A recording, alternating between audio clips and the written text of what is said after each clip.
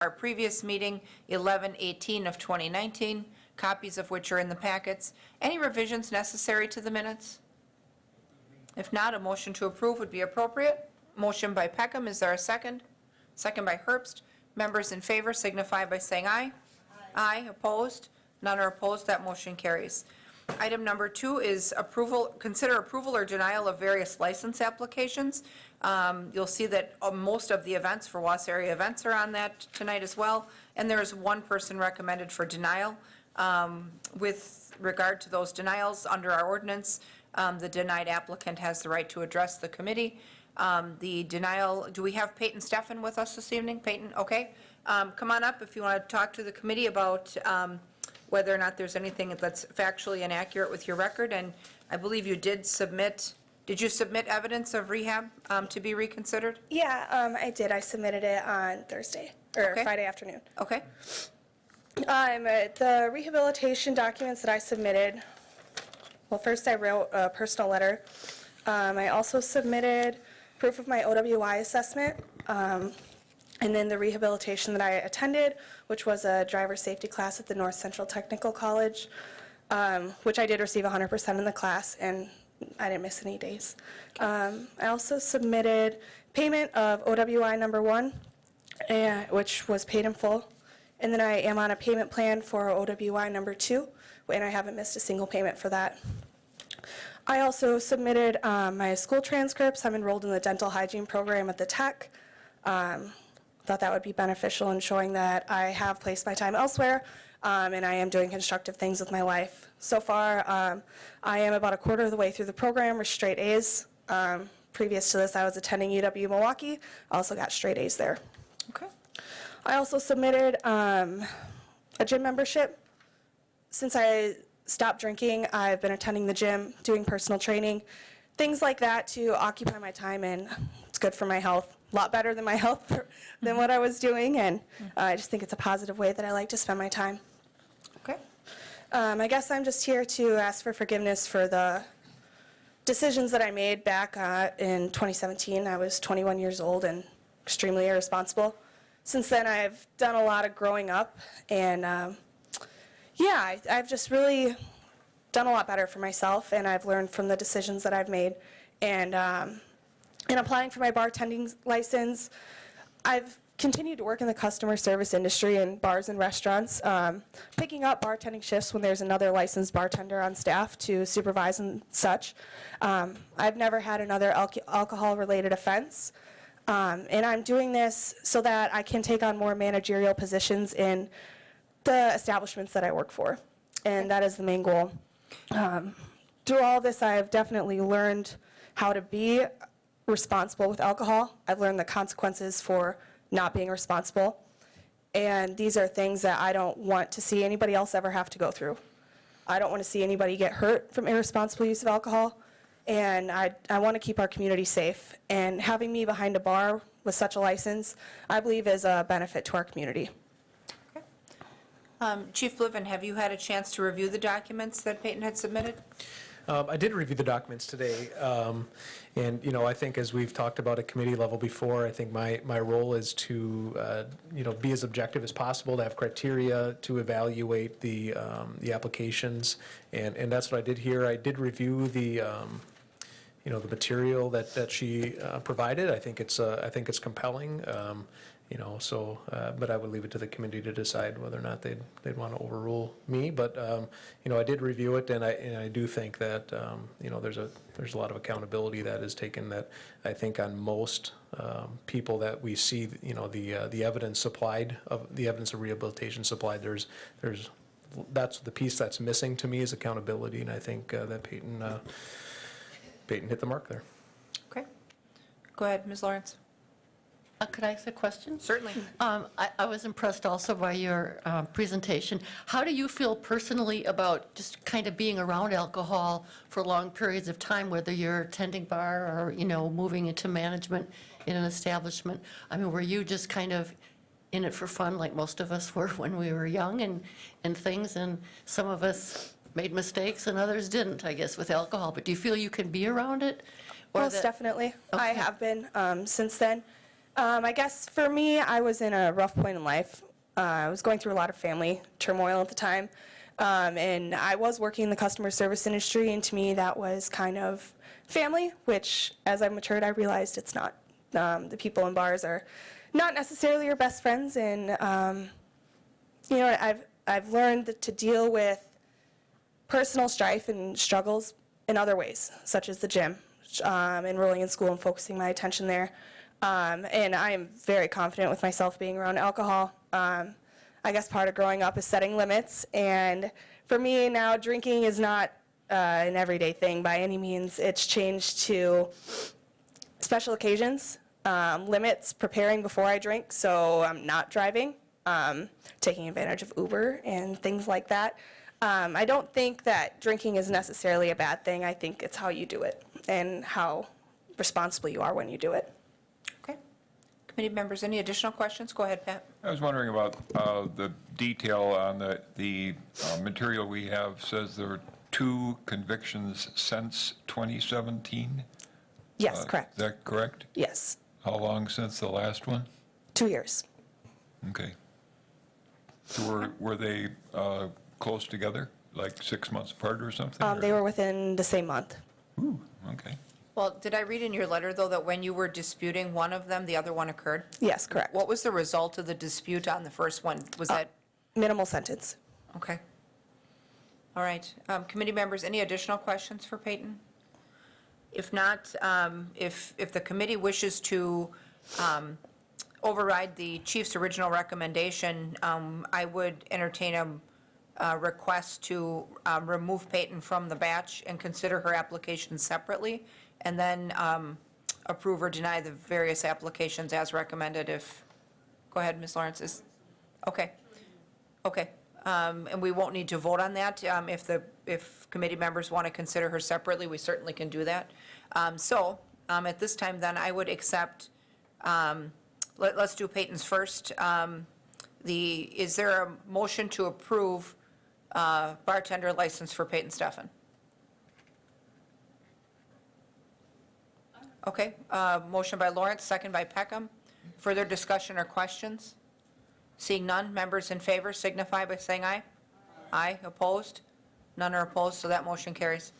So that recommendation is overturned and your license is approved. Thank you so much. I really do appreciate it. Thank you for coming in, and it looks like you've made some really positive steps, so. I have, thank you. Yeah, thank you for taking the time to, read through my documents and work with me on this. I really appreciate it. Sounds good. Can I Thank you be so the much. voice of caution, though?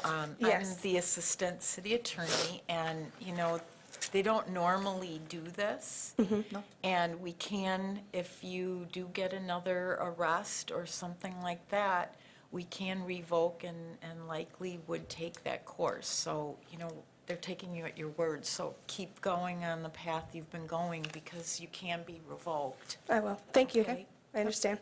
Awesome, thank you. Thanks. And then with the rest of the batch, then, is there a motion to approve or deny various licenses as recommended by staff? Motion by Lawrence, second by Peckham. Further discussion? Seeing none, members in favor signify by saying aye. Aye, opposed? None are opposed, that motion carries. Item number 3 is discussion and possible action regarding ordinance amending section 9.08.020, throwing or shooting of arrows, stones, and other missiles prohibited.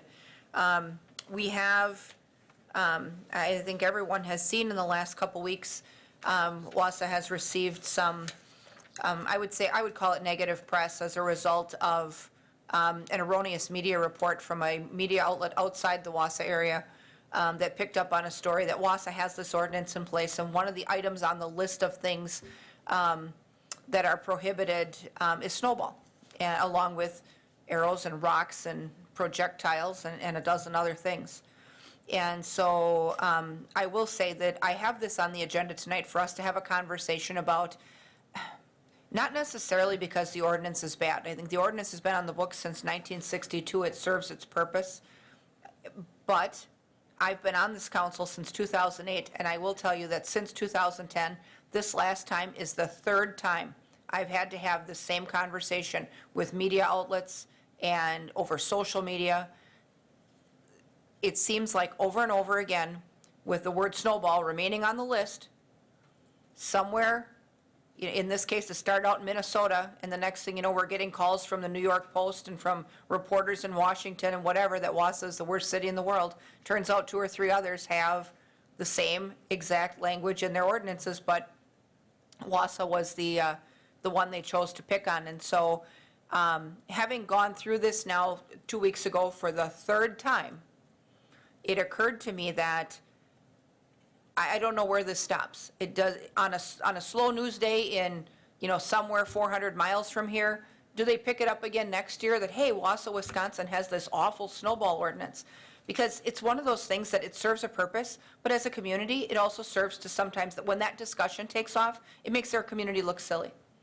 And much like the same drama that you've seen in other areas with this lemonade stand stuff, that's what this reminded me of, where you're trying to dig out of a hole, where there's erroneous information being provided. Now, thankfully, the mayor and the police department did give it a lighthearted action, and the video that they put up on Facebook spoke volumes. It was fantastic. But I also feel that the way this news cycle ends year after year is to just remove snowball from the list. Because nobody is going to hold Wausau up as the worst place in the world, saying you can't shoot arrows at people or throw rocks or whatever it is. The applicability and the enforceability of the ordinance is no different if the word snowball comes off the list. But I think it mitigates the news cycle for next time and the time after and the time after. And so that's the only reason I've asked us to have a discussion about this ordinance. It's not because as a community that we're caving into the pressure, or because as a community we feel that our ordinance is deficient. I don't feel the enforcement of it is deficient. I think that at some point, ordinance language gets old, and if this has been on our books for 50 years, maybe it's worth giving it a look to see if that list could be amended to just mitigate that odd news story that keeps coming up like a bad penny. I mean, if it's been 3 times in 9 years, it may not happen next winter, but 3 winters from now, some other council is going to, and some other public health and safety committee is going to get these same phone calls. Wausau really has a snowball ordinance? Yes. Is it new? No. And so that's what I want us to discuss as a committee, whether you feel that an amendment to the ordinance to thin out that list without impacting the way it gets enforced would be the way you guys want to look at how we do this, or if we want to leave the ordinance unchanged. There's a fair amount of support for leaving the ordinance unchanged. And I've had a discussion with the mayor last week when I put this on the agenda, and I'm going to invite him up to talk to you. I think he feels that we shouldn't change that ordinance, and he and I had a discussion about choosing our battles, I guess. And the best thing about him is that he will never, ever tell a committee chair what they should or should not put on their agendas, and never interferes with the committee's activity. And so we agreed that we would talk about it tonight as a committee, and we would make a decision as to what we want to see happen. And I'll welcome him for his input. So come on up, Mayor.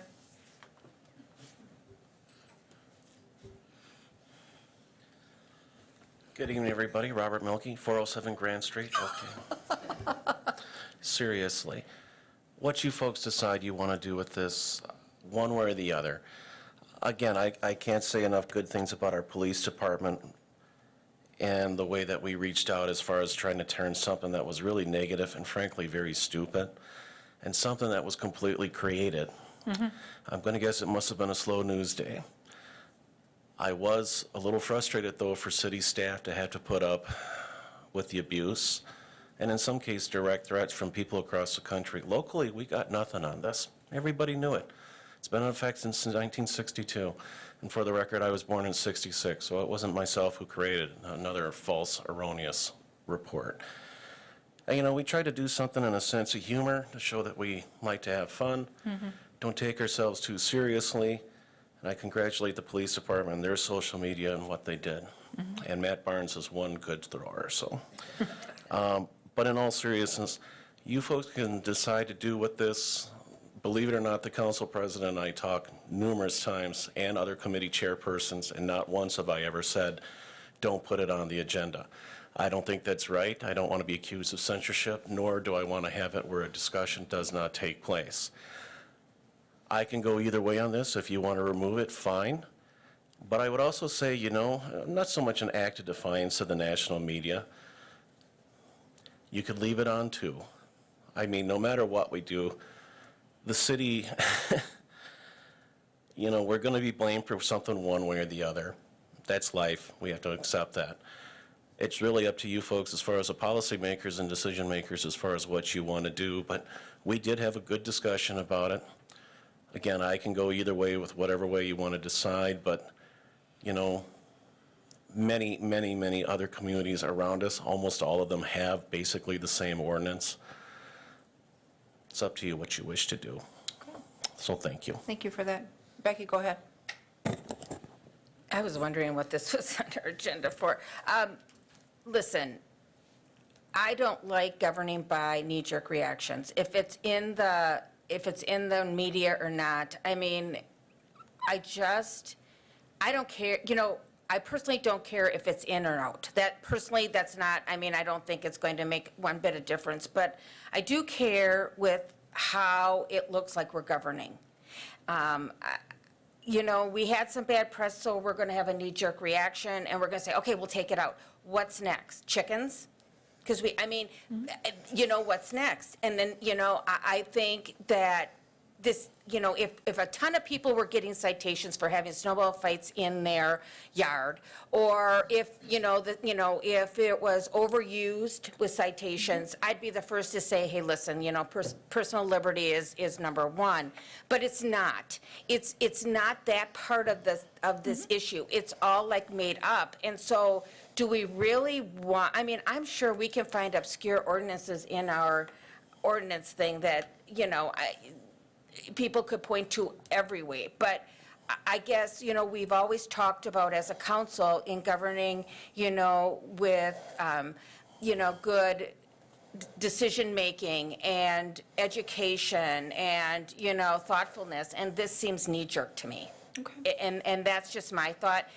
Personally, it doesn't need to be in there, but I don't like the precedent it may set for, well, we got that thrown out, so what's next? And that's the only thing that I worry about with this.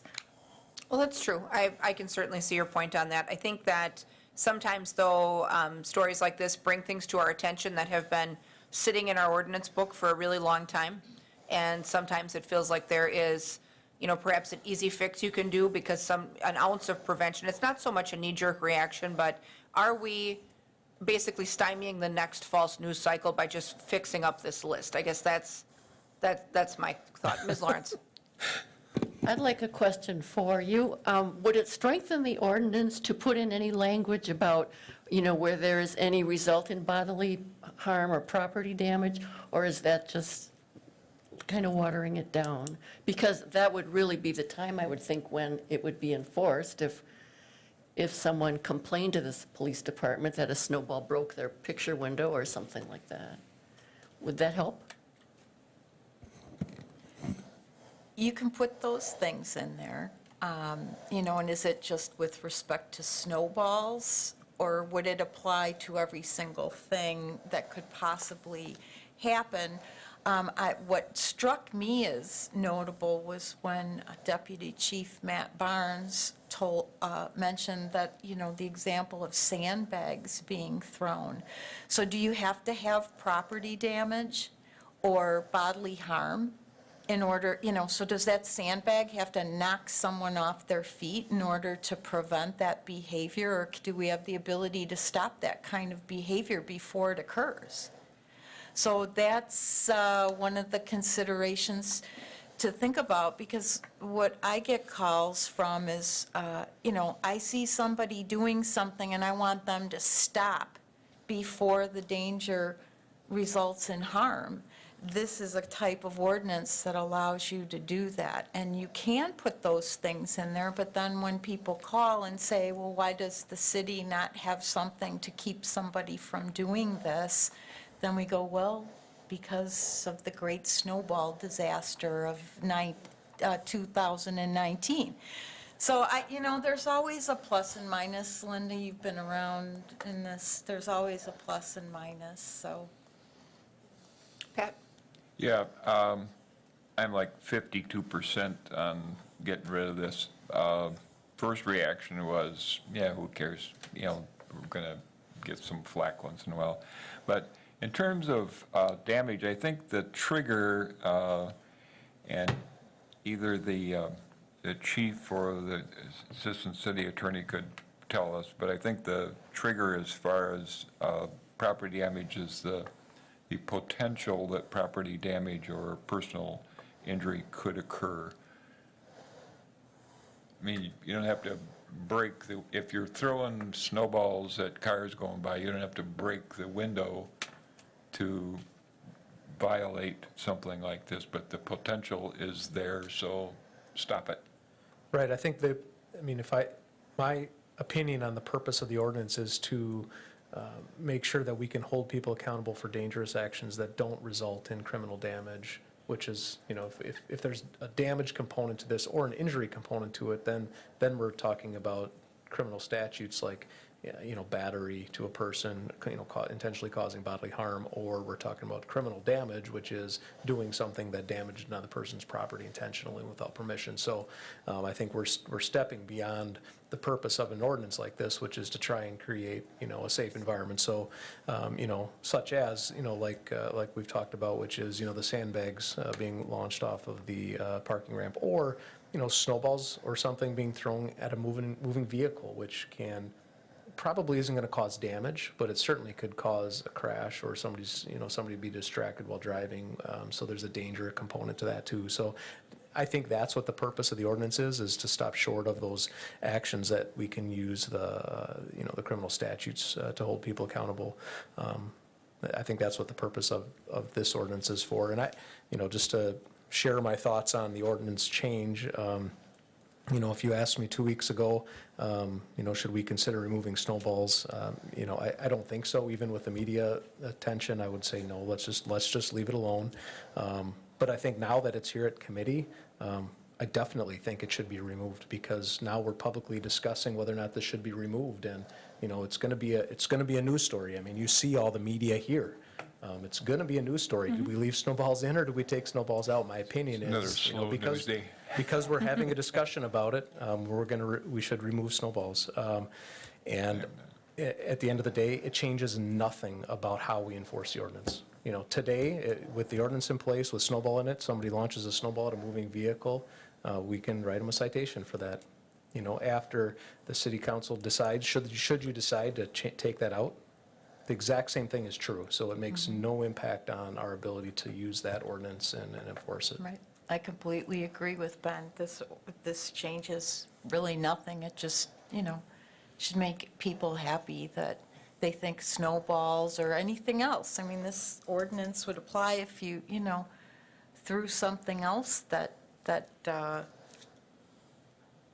has the possibility of injuring somebody that's, it doesn't say sandbags either.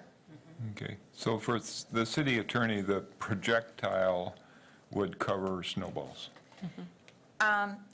When you interpret language in an ordinance or a statute, a word, if it isn't particularly defined in that ordinance or elsewhere, is given its common, ordinary, everyday meaning. So I did look up the word projectile and missile in the dictionary, and in my opinion, that would include Some propelled so object. any propelled object. And, the police enforce their ordinances, our ordinances all the time, and state criminal statutes with a level of discretion. That's always the way it is. It's always the way.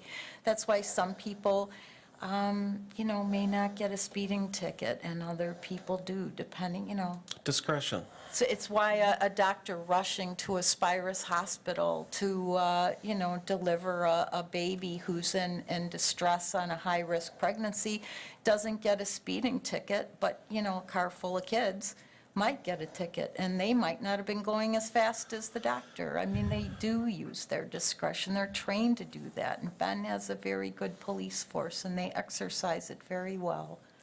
My apologies, I do have another commitment that I have Okay. to be at, but I No problem. look forward to your reply with both amazement and amusement about some of the different things going on, but it needs to be discussed, so thank Yeah, you. definitely. That's why I wanted to facilitate a discussion tonight. It really had nothing to do with knee-jerk, and I want to be clear that our issue around this entire story was not with any of our local media media outlets in any media form. What happened, I think, is a slow news day somewhere in Minnesota, and that caught wind on the internet, and all of a sudden, we're viral. And, you know, that led me to think, well, do we want to be viral again? And, or you know, should we have been the last 2 times? Not really. And so if changing the ordinance stems that activity and does not impact in a negative way the ability to enforce or prosecute the ordinance, it seemed to me like a proactive step we could take to get rid of language that just is causing a problem. And on a, I would say, repeated basis, because this is literally the 3rd time I've been down this path. So, Pat, go ahead, and then Quick- Linda. Quick story. 40 years ago, I think, pretty close to right about 40 years ago, I was working at a newspaper in a community where they outlawed the throwing of snowballs. And we happened to have a very good editorial cartoonist living in our community, and the very next week, our newspaper had a great cartoon about cops chasing snowball throwers. So with that, I would move to remove the word snowball and from the ordinance and make the changes as suggested Okay. by our city We attorney. have a motion from Pat. Do we have a second? Second by Lawrence. Linda, did you have additional comments? No, I was gonna make a Okay. Any additional comments from the committee? Dawn, go ahead. I was going to say to keep the ordinance the way it is. This is how I feel. Okay. And it's fine, if we send this up on a mixed vote, I have no problem with that. At least we talked about it, and we had a discussion, which is what we set out to do. So with that, with a motion and a second on the floor, then to amend the ordinance as proposed, members in favor of the amendment signify by saying aye. Aye. Aye, opposed? Nay. Okay, we'll record 1 no. And then that item will go to the city council in January. 48%. Item number 4, operations report from the fire department for November of 2019. We have Deputy Chief Bartek with us tonight. Anything notable on the report that you want to talk about? Sure. We're kicking off, Thanksgiving marks the kickoff of our annual Keep the Wreath Green program. Of course, the day after Thanksgiving, we've got a couple of fires, one that was significant enough that we got our first red bulb. So last year we had 0. Highest year we've ever had, we had 8. So now we've cruised through the last 2 weeks with only that one gleaming in there, a few close calls, but nothing significant enough to come close. So we just want to remind people that when you invite a natural tree into your home, put a great video up today by Nest on our Facebook page, the difference between a watered tree and a dry tree in your home. Very important to understand that. Of course, we invite in a lot of cheap lighting to decorate that tree. Make sure that you've got good lighting. It's UL or another third-party tested, and that you're exercising good fire safety around open candles and other things like that in your home this time of year. We see a dramatic spike this time of year, and we want to keep that wreath green. That's a good program. It's a good theme. And of course, with all the snow and other things like that, we're also seeing a lot of medical calls from falls and other things like that. And we want to remind people, walk like a penguin when you're out there. There's some videos on that too. It's actually true. It's all you put down your weight. Just walk carefully. Definitely, and it's a Yeah. good time to remind everyone to keep up their sidewalks and keep them clear. We have sand barrels all over town. They don't, always get used, but people should keep that clear. Yeah, and the police will also attest a dramatic increase in the motor vehicle accidents in the community. So drive safe, be safe. It's going to be a long winter, and we can all get to it together safely if we think about things that we're doing before we do them. Sounds good. Any questions for him, for the deputy chief? If not, we'll place his report on file. Item number 5 is tavern activities, compliance checks, and law enforcement activities, and you've got that report in your packets. Any questions for the chief on that report, or anything you want to talk about, chief, that's on the report? Just a couple of things quick. Sure. One is, I don't know how to walk like a penguin. Deputy Chief, could you show me how, please? Be great. You guys getting this on camera? Okay, that's- This is a serious thing here. So it's, when you're walking like this, you have the tendency to be placing your weight forward. And if you move forward like that, if you're placing your weight forward like that, if it's icy and you've already transferred your weight off that back foot onto that front foot, slippery enough. And if you're walking like a penguin, your remaining weight is on there, will you test the weight there? And so it's more of a waddling walk, like this. We know it, right? There you go. We know the awesome. Thank you very much, I appreciate it. I'm happy to demonstrate. That was beautiful. Thank you, I didn't expect that. See, this is the I'm fun appreciative thing. of it, though. So, two things. One, in relation to M&R Station, I talked with Mike Felder in regards to the points that was discussed. My understanding is the last two meetings, regarding their unwillingness to cooperate with law enforcement. That violation, refusal to cooperate with the police chief or his designee is 75 points. So we talked about it internally.